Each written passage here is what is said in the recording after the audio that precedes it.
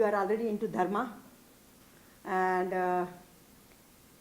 I'm sure you will have a lot of questions about dharma. What is my dharma?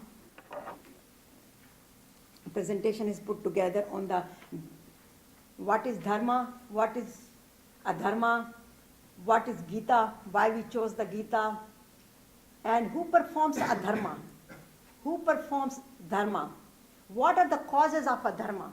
That is very, very important to understand that.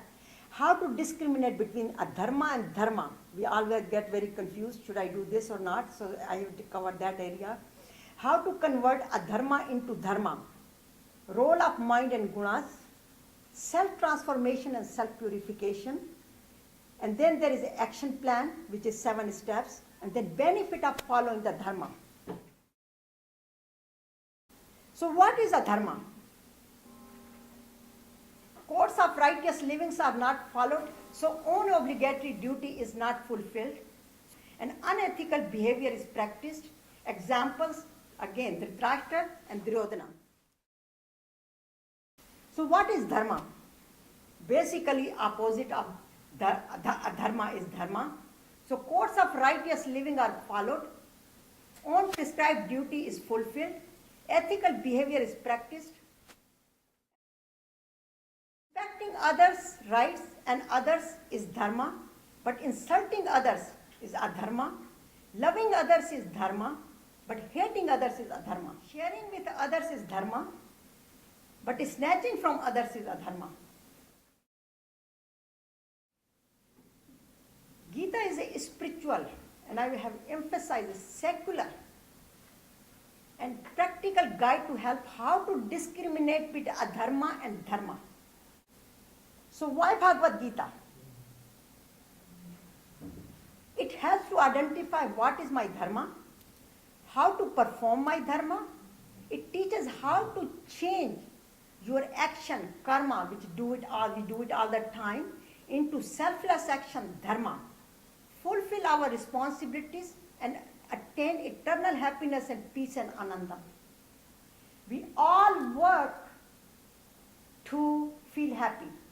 You come to this class, you want to learn something, and when you get the good grades and achieve something, you feel good about it. You go to school, you do good things in the society, volunteer works, whatever you do, every human being works for to feel happy, within happiness.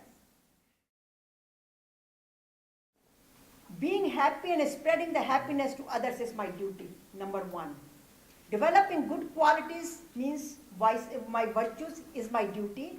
Developing wisdom is my duty. Thinking good, speaking good, seeing good, hearing good, eating good, helping others, doing selfless service. So being in peace and making this world a peaceful place to live is my duty. So that's where the dharma is all about. So causes of adharma, we talked about it. Attachment, selfish desires, anger, greed, ego, envy, jealousy, hatred, and resentment. Insomnia, depression, diseases, you can name it, high blood pressure, cancer, immune diseases, all those are cause of stress and unhappiness. And then disturbance in mind and disturbed life, and then no peace. So how to remove the causes of adharma now? We talked a lot about adharma, and the reason I talked more about adharma, because if we know the adharma, then we can do something about it. You have to have a love, compassion for what you do and for the others, otherwise you will not be able to do your dharma. So having a love in your heart for others is very, very important. So how to transcend?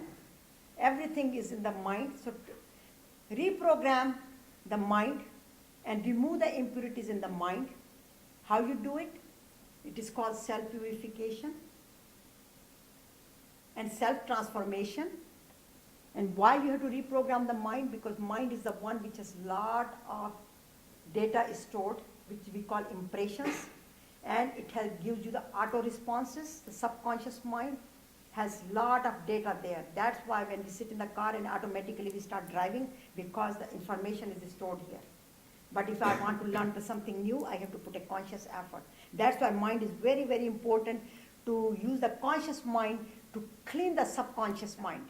So our mind can be our dearest friend or worst enemy. So you uplift your lower mind, which is the negativity of the mind, and bring it to the positivity, or put more love and devotion into it, then you will become more compassionate. And so uplift yourself. And the one who uplifts himself is the friend, but who does not, he is the enemy of himself. So our mind can be our dearest friend or worst enemy. And try it. If you put some thoughts in the morning, certain days you put a good thought, whole day you will be having a good day. But if you put some negative thought in the morning and you get angry, whole day you will be angry. That's the beauty of the mind. So there are 7 steps.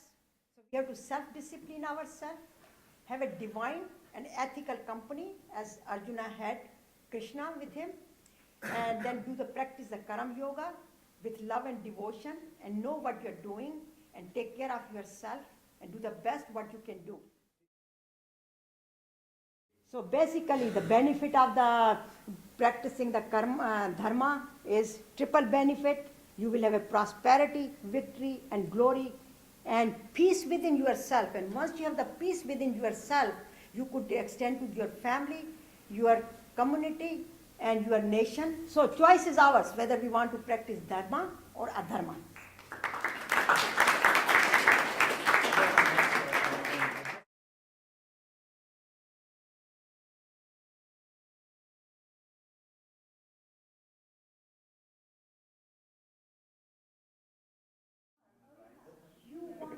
Hi, my name is Mihir Deo, and I'm from the University of California, Berkeley, majoring in business and economics.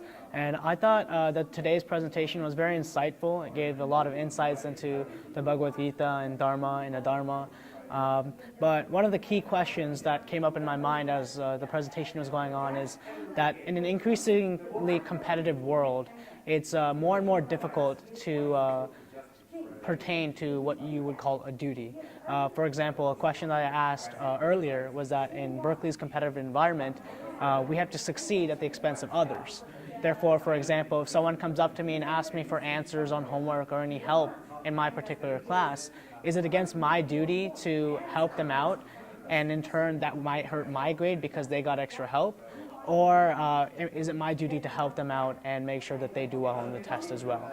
So those are just an example of some of the questions I have. It was definitely insightful on the duties and everything, and I definitely will look up things and research more into this book as well.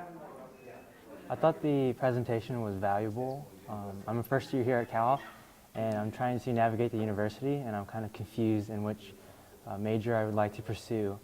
And in particular, I really liked the set of questions she provided for us, in the sense that kind of gave her guidance.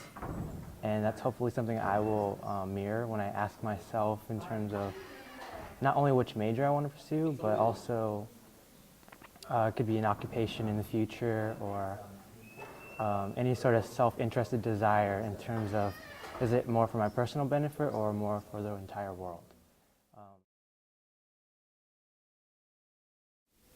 Hi, my name is Joe Palmieri, and I am the assistant to the professor, Purushottam Billamoria, that is the lecturer for the course that hosted Satya Kalra. And just wanted to say that we really appreciated the lecture. We really were delighted to have a lecture that presented the Gita in such a straightforward and accessible way.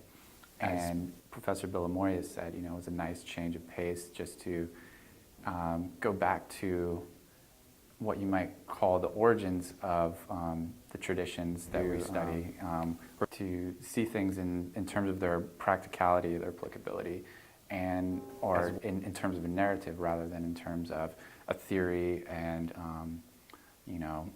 syllogisms and stuff like that. I think that Satya Kalra has really succeeded in her lecture as well as in her book, and those two objectives of accessibility and applicability.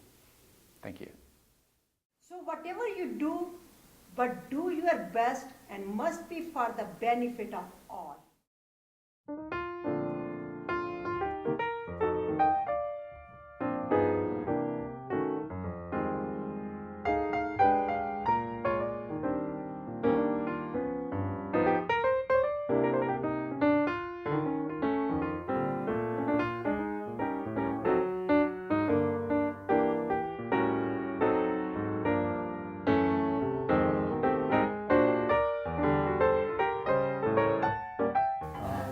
overall, I thought the presentation was amazing and personally very valuable, and I look forward to reading the book.